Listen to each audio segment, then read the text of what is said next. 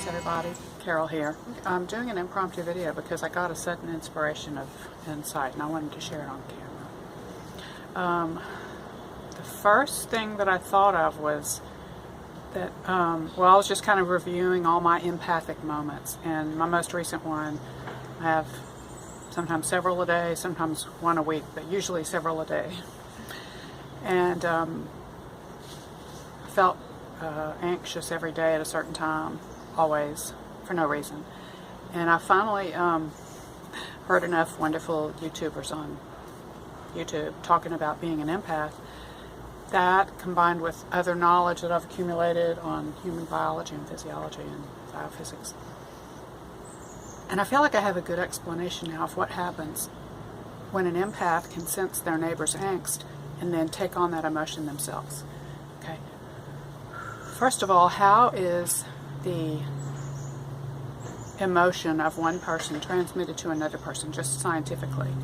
Well, let's start with the first fact that I think it was in the 70s, but it's reported in the book by Lynn McTaggart called The Field, where she talks about how, and a lot of people reference this, so it's clearly research that's been done. I think I actually read the papers maybe 10 years ago, and I just don't have them. But point is I'll cut all that out. The literature reports, and by that I mean peer-reviewed papers that other people read and approve of, so at least you know that a group of scientists, 3 or 4 in the know, have approved this paper, so it's not just a bunch of hogwash. It's not just some random thing you find on the internet. That if you have 2 people up to 10 feet or more apart, the heart rate of one can be seen in the brainwaves of the other. And so something is happening between them because the person's brainwaves are not under any kind of conscious control of that individual that's picking up the heart waves of the person 10 feet away or more. I think maybe they've increased that to 20 or 30, but it says at least 10 feet away. And that's what Lynn McTaggart mentions in her book.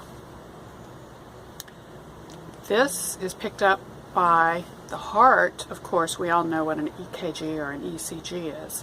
It picks up the electromagnetic wave of your heart at the region where the electrodes are on your skin, because that's the closest they can get. And so that way they can get away with cheaper electronics, because the cheaper electronics can pick up the somewhat weak, strong field of your heart through the skin fairly easily.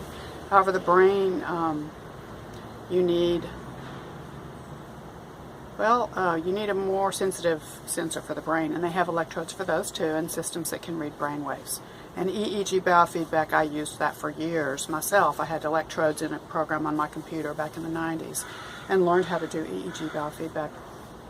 And that's another way you can pick up waves from the body, in this case brain waves. So those 2 scientific methods can pick up your heart rate and your brain waves, and that's the equipment that they used to measure these 2 people up to 10 or more feet apart, that when one person had a certain heart rate rhythm, it was seen in the brain waves of the other person. So, and whether that person is conscious of it or not, it's there, so we know that the information has been transferred somehow to their body without these people touching or speaking. And they may be separated by a wire and being shown pictures. Another set of experiments are that if you have 2 people that are very close to each other, I think this increases the coherence of the heart and the brain waves of people if they're close to each other, but I think it still works with just random strangers.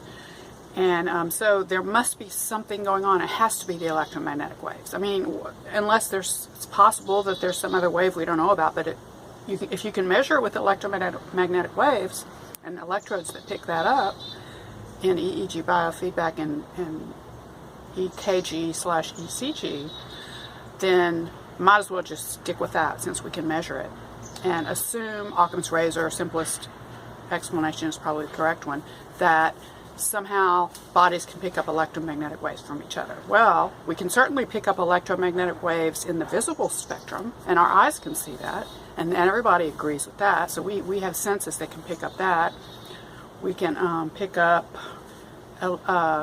frequencies in the pressures of the air pulsations of pressure frequency, called sound waves, and we can hear those frequencies. So there's many frequencies that our senses work on. And another one could be these electromagnetic waves. And I believe that whatever it is in the body that can sense these electromagnetic waves, be it DNA coils that are known to resonate at many relevant frequencies, could be bone, it could be any part of the tissue. One highly suspect is the collagen material, that's the connective tissue, because that is what carries a lot of the light and other information transfer between cells and body parts. Well, so laying down these facts kind of like as, okay, what do we know? These are the things we know, that these interactions occur, and we can prove that. So then what I'm saying is that my hypothesis is that empaths, for some reason, whatever part of their body senses the electromagnetic fields, is more sensitive. Just like I can see infrared, near infrared, and maybe you can't. A few people can, just because, our eyes vary, and I've tested my eyes, and I can see very, very near infrared, meaning very close to red, just beyond red. I can see that if it's very, very dark. If it's completely pitch dark, and it's a good day, whatever, I can see my hands, and they're glowing red. And it's kind of spooky, and I've only done it a few times when the conditions were right. It's sad to say that it's very hard to find pitch dark environments in this day and age. Sad, isn't it? Such a beautiful thing to be in pitch dark and be able to see your hands glowing. Among other things, it's better for your sleep too. I'm always diverging. Hello world. Let's see, so whatever it is in my body can sense electromagnetic fields. So if the neighbor below me in this beautiful condominium is having a bad day, like I do sometimes if something bad happens to us all, but for whatever reason, and her heart rate's all erratic and not coherent and not rhythmic, like very low heart rate variability and high erraticness. That'll mess up my own heartbeat. Our heartbeat will start to beat wildly too, because it'll be not knowing what to resonate to, I guess. So I guess my heartstrings are easily resonatable to things that pass me by in the night, or in this case in the apartment building. So I think I'm picking up the neighbor's electromagnetic waves from her heart, or his heart, and it is making my heart-brain system go berserk. And so this is part of the process of this realization over the several few days, was to make a list of all the things that I believe will help. And so I did that, and I'll share that at the end of the video. The insight that I had today was the actual present awareness of the phenomenon that I just described actually happening. You could say I imagined it in my mind, but it felt like I was sensing.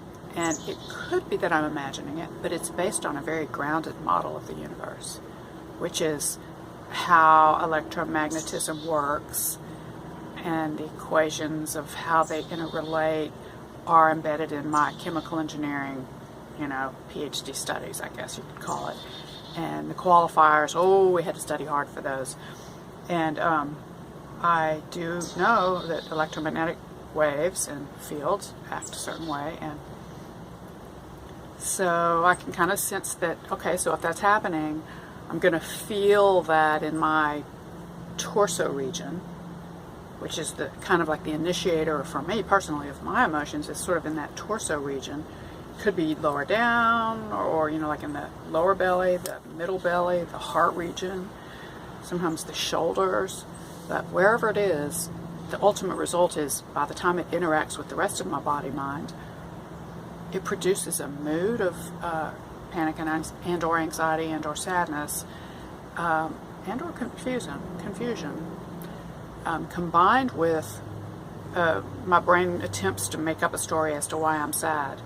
But, I mean, to me, it's like, I believe the most crazy, stupid stories. Like I actually believe that I'm, oh no, this is happening again. It must be because I'm truly worthless, and I'm depressed about that, you know, or all these things that just aren't true, you know, like when it's not happening to me, and things are good, like I'm sitting outside and it's a beautiful day, and you know, the neighborhood's going along and the buildings are being built, and you know, it's just a happy, lively day in the world, a good day, a good quiet day in Canada, and there's no bad vibes right now. I feel really good, just kind of unencumbered, and my natural good mood comes out.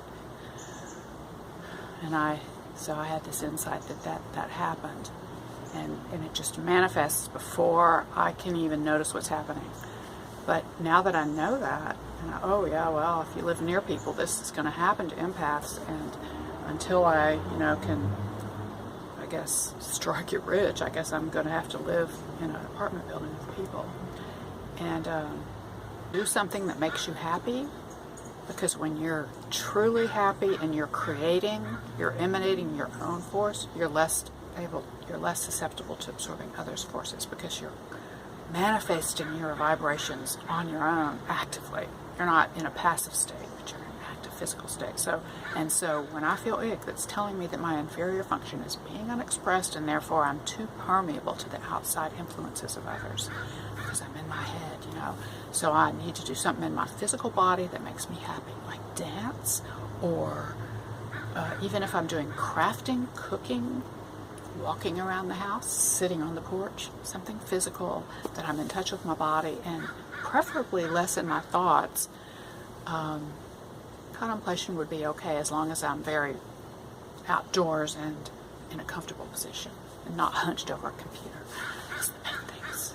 Get away from the computer, which sucks you in and makes you go in all to your head. That's the thing about computers, is that it sucks you in and it makes you all in your head, and it fills your brain with too much chi and your body with not enough. So that was number 4. And then number 5, so yeah, you're doing your thing you love. And number 5 is take your medicines. Did you miss a dose? Do you need to take some CBD or some Tulsi tea to calm down? This is something that I need on a regular basis, because I'm very excitable. As being an empath, we are excitable. That's why we're excitable by the least little fluctuation from our neighbors. But we're also excitable about the least little fluctuations in our own reaction to things. And so I find that I have to take regularly, I always have things in my purse. The main one is Tulsi tea. You take 2 or 3 tea bags and make really strong tea, and it always calms me down in emergencies. It only takes about 10 minutes. Just get your hot water at Starbucks, your tea bags in it, good to go. Well, thank you very much for letting me tell you my insight about how I believe empaths pick up people's moods and what we can do to build a protection system around ourselves. The bubble technique doesn't work for me. Just, if you're thinking about that, it seems to work for a lot of people, and that might work for you. But visualization doesn't seem to work for me in this particular regard. It helps me with solving problems, but not for shielding. I need to do physical things. Well, thank you, everybody, and have a wonderful day, and live long and prosper.